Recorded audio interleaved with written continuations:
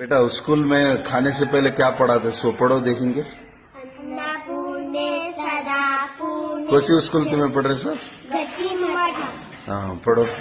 अन्नपूर्णे सदा पूर्णे शंकरा प्राणवल्लभे प्राणवैराग्यं सिद्धार्थं विशाले च पार्वती।